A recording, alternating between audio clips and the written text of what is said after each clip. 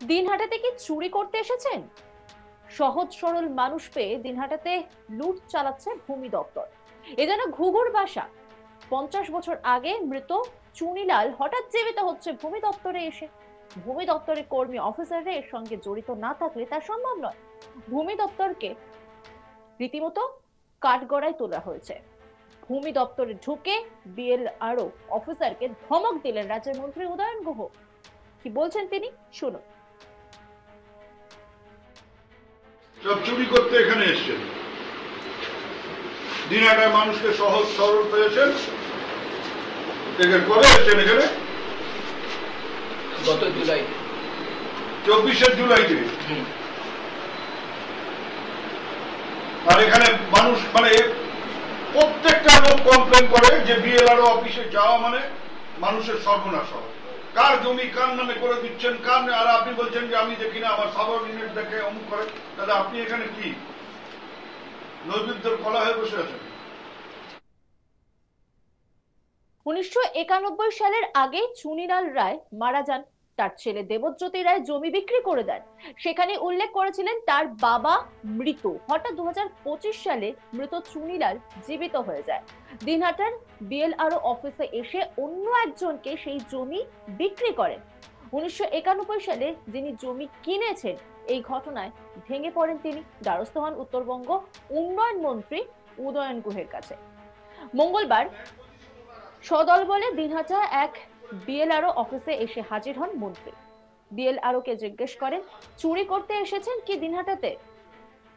ধমকান তিনি। ধমকের সুরে জানান সহজ সরল মানুষ পেয়ে দিনহাটাতে লুট চালাচ্ছে ভূমি দপ্তর। এ যেন ঘুঘুর বাসা। 50 বছর আগে মৃত চুনিলাল হঠাৎ জীবিত হচ্ছে ভূমি দপ্তরে এসে। যার দখলে জমি রয়েছে সেই জমি কেটে অন্যের নামে করে দেওয়া হচ্ছে। ভূমি দপ্তরের কর্মী অফিসাররা এর সঙ্গে জড়িত না থাকলে তা সম্ভব নয়। কি বলছেন উদয়ন গুহ, শুনবো। সব চুরি করতে এখানে এসছেন, দিনহাটার মানুষকে সহজ সরল পেয়েছেন। কবে এসছেন এখানে? গত জুলাই, 24শে জুলাইতে। আর এখানে মানুষ মানে প্রত্যেকটা লোক কমপ্লেন করে যে বিএলআরও অফিসে যাওয়া মানে মানুষের সর্বনাশ হয়। কার জমি কার নামে করে দিচ্ছেন, কার, আর আপনি বলছেন যে আমি দেখি না, আমার সাবঅর্ডিনেট দেখে অমুক করে। তাহলে আপনি এখানে কি নৈবেদ্যের কলা হয়ে বসে আছেন?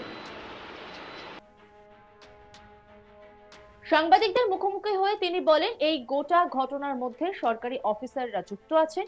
মহুরিরা এই মৃত ব্যক্তিদের শনাক্ত করছে।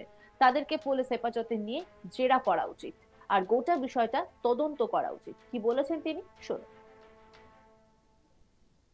সালে যে বিষ্ণুপদ রায় ডিক্লারেশন দিচ্ছে যে পিতা মৃত চুনিলাল রায়, সেই চুনিলাল রায় 2025 সালে সেই জমি আবার এক জয়দীপ ঘোষকে বিক্রি করছে এবং সেই জয়দীপ ঘোষ মানে চুনিলাল রায়কে আইডেন্টিফাই করছে।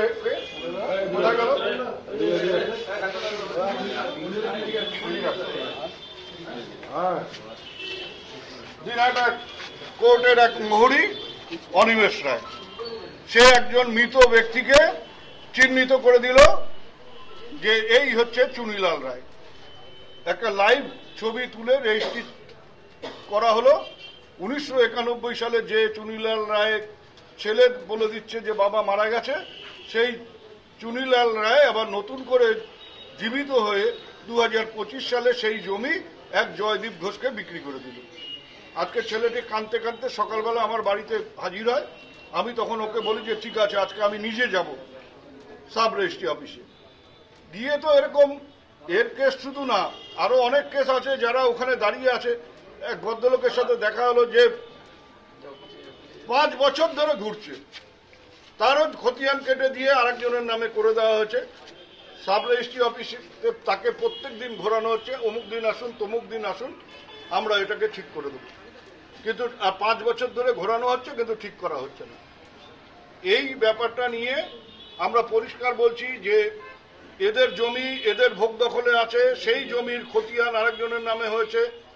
ওই জমি অবিলম্বে খতিয়ান কেটে দিয়ে এর নামে করতে হবে।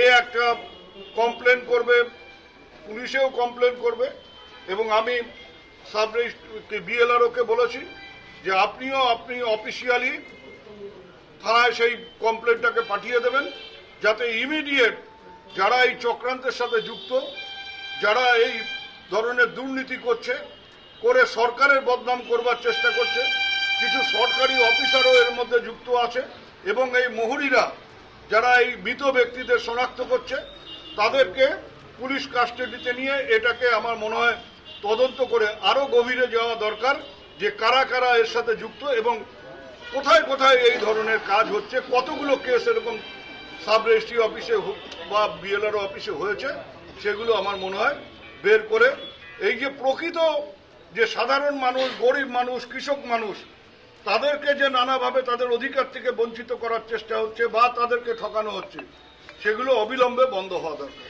এবং পুলিশ চেষ্টা করলেই এগুলোকে শাস্তি দিয়ে বন্ধ করতে পারবে বলে আমি বিশ্বাস করি।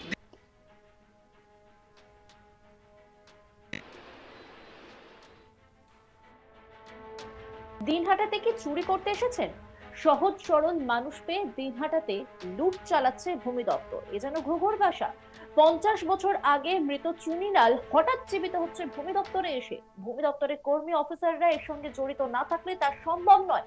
ভূমি দপ্তরে ঢুকে বিএলআরও অফিসারকে ধমক দিলেন রাজ্যের মন্ত্রী উদয়ন গুহ। 1991 সালের আগেই চুনিলাল মারা যান। তার ছেলে দেবজ্যোতি রায় জমি বিক্রি করে দেন। সেখানেই উল্লেখ করেছিলেন তার বাবা মৃত। হঠাৎ 2025 সালে মৃত চুনিলাল জীবিত হয়ে যায়। দিনহাটার বিএলআরও অফিসে এসে অন্য একজনকে সেই জমি বিক্রি করেন। 1991 সালে যিনি জমি কিনেছেন, এই ঘটনায় তিনি ভেঙে পড়েন, দ্বারস্থ হন উত্তরবঙ্গ উন্নয়ন মন্ত্রী উদয়ন গুহর কাছে।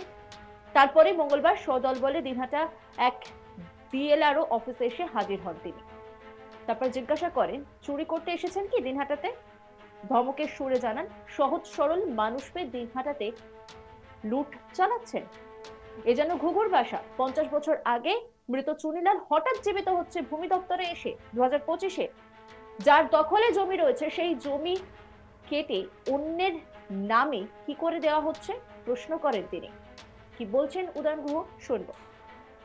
সব চুরি করতে এখানে এসছেন, দিনহাটার মানুষকে সহজ সরল পেয়েছেন। কবে এসছেন এখানে? গত জুলাই, 24 জুলাইতে। আর এখানে মানুষ মানে প্রত্যেকটা লোক কমপ্লেন করে যে বিএলআরও অফিসে যাওয়া মানে মানুষের সর্বনাশ হওয়া। কার জমি কার নামে করে দিচ্ছেন, কার, আর আপনি বলছেন যে আমি দেখি না, আমার সাবঅর্ডিনেট দেখে অমুক করে। তাহলে আপনি এখানে কি নৈবেদ্যের কলা হয়ে বসে আছেন? অন্যান্য খবরের আপডেটের জন্য অবশ্যই নজর রাখুন আজ তাক বাংলার ইউটিউব স্ট্রিমিং এ। লাইক, কমেন্ট, শেয়ার এবং সাবস্ক্রাইব করতে ভুলবেন না।